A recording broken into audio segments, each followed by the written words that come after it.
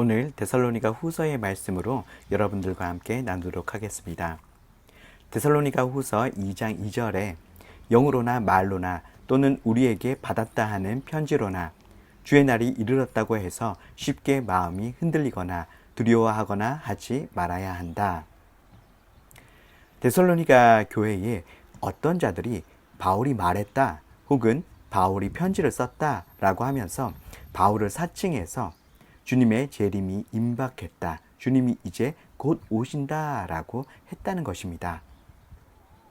여러분, 만약 예수님이 다음 주에 다시 오신다, 재림하신다 라고 한다면, 이게 정말 확실하다면 여러분은 이번 주에 뭐 하시겠습니까? 예전에 우리나라에 다미성교회라고 하는 이단이 있었습니다. 그 이단이 뭐라고 주장했냐면 1992년 10월 28일, 날짜도 정확하게 말하면서 이날에 주님이 재림하신다라고 했습니다. 그래서 그것 때문에 나라가 떠들썩했던 것이 저도 기억이 납니다.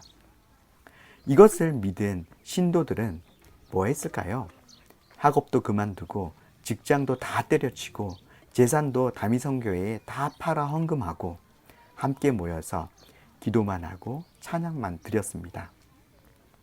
육적인 일 안 하고 영적인 일만 하면서 주님을 기다리겠다고 했던 것이죠. 그런데 1992년 10월 28일에 주님이 오셨을까요? 안 오셨습니다.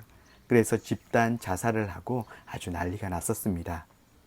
데살로니가 교회도 주님이 이제 곧 오신다, 정말 임박했다, 오늘 오실지 내일 오실지 모른다 이래가지고 일도 안 하고 예배하고 기도만 하면서 기다렸습니다. 육적인 일 안 하고 영적인 일만 하면서 주님을 기다리겠다라고 했던 것이죠. 그러면 여기서 제가 여러분들에게 질문 하나 드릴게요. 그러면 무엇이 육적인 일, 속된 일이고 무엇이 영적인 일, 거룩한 일일까요? 남녀가 연애하는 것이 거룩한 것입니까? 아니면 속된 것입니까? 주일날 교회에서 예배 드리는 것이 거룩한 것일까요? 속된 것일까요? 남녀가 연애하는 것이 거룩한 일도 될 수 있고 속된 일이 될 수도 있습니다.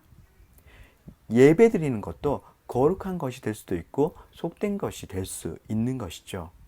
어떤 일 자체가 거룩하고 속된 것이 아니라 그것을 내가 어떤 마음으로 어떤 태도로 하느냐에 따라서 그것이 거룩한 일이 될 수도 있고 속된 일이 될 수도 있는 것입니다.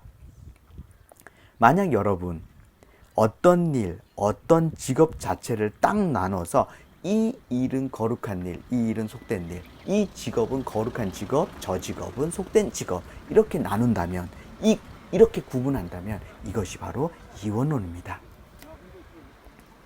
영적인 일과 육적인 일이 따로 있는 것이 아니라 그 일을 내가 누구를 위해서 어떤 태도로 하느냐에 따라서 거룩함과 속됨이 구분되는 것이죠.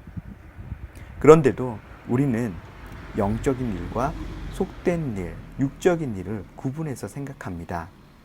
우리는 흔히 목사나 선교사는 거룩한 것이고 회사에서 일을 하거나 장사하는 것은 속되다고 생각합니다. 제가 질문 다시 하나 더 드릴게요. 교회 일이, 교회 봉사가 무조건 회사 일보다 우선시 되어야 하는 걸까요? 청년들이 이제 취직을 하고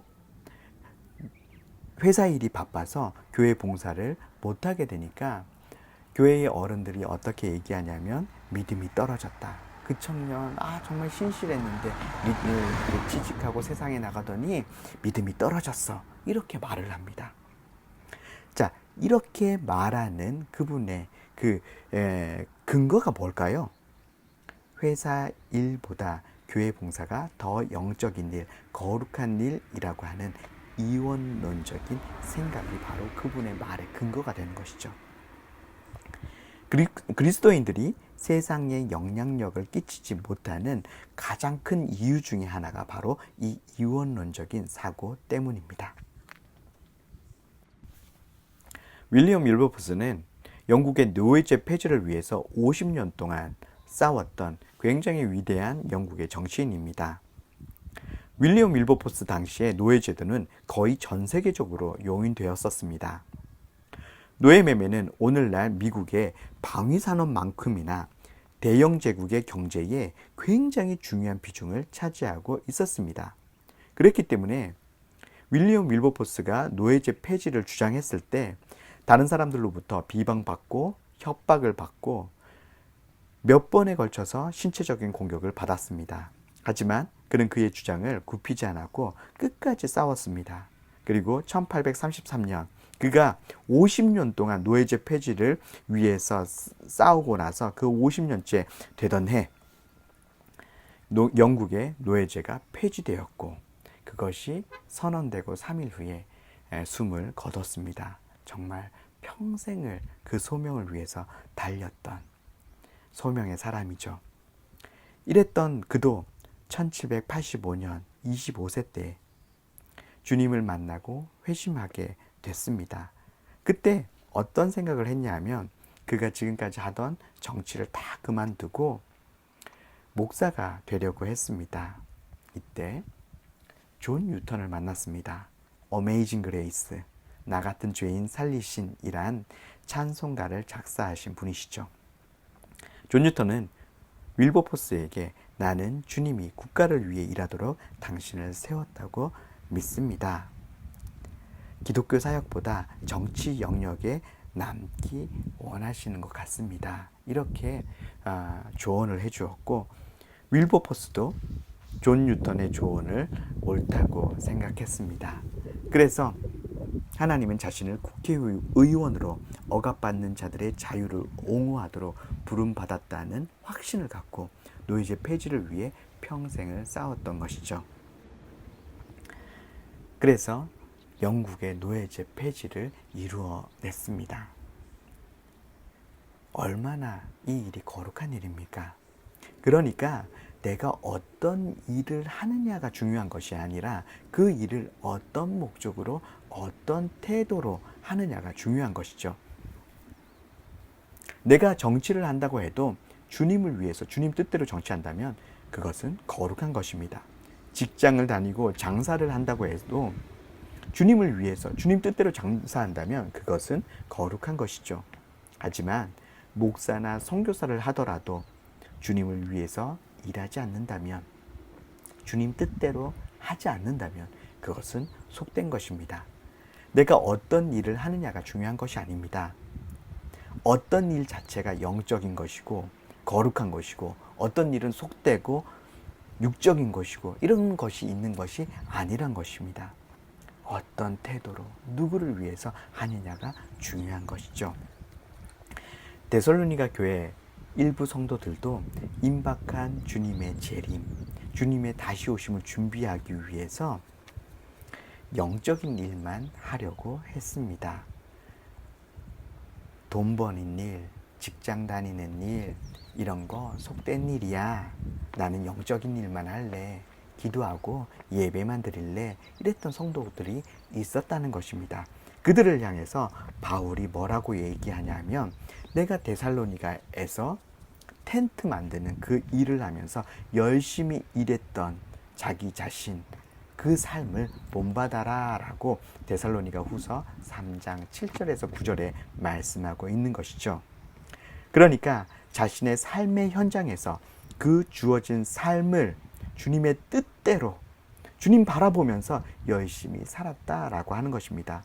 이렇게 자신의 삶의 현장에서 일하면서 주님 뜻대로 살아가는 것이 바로 거룩한 것이고 주님의 재림을 기다리는 바른 삶의 태도다라고 하는 것이죠.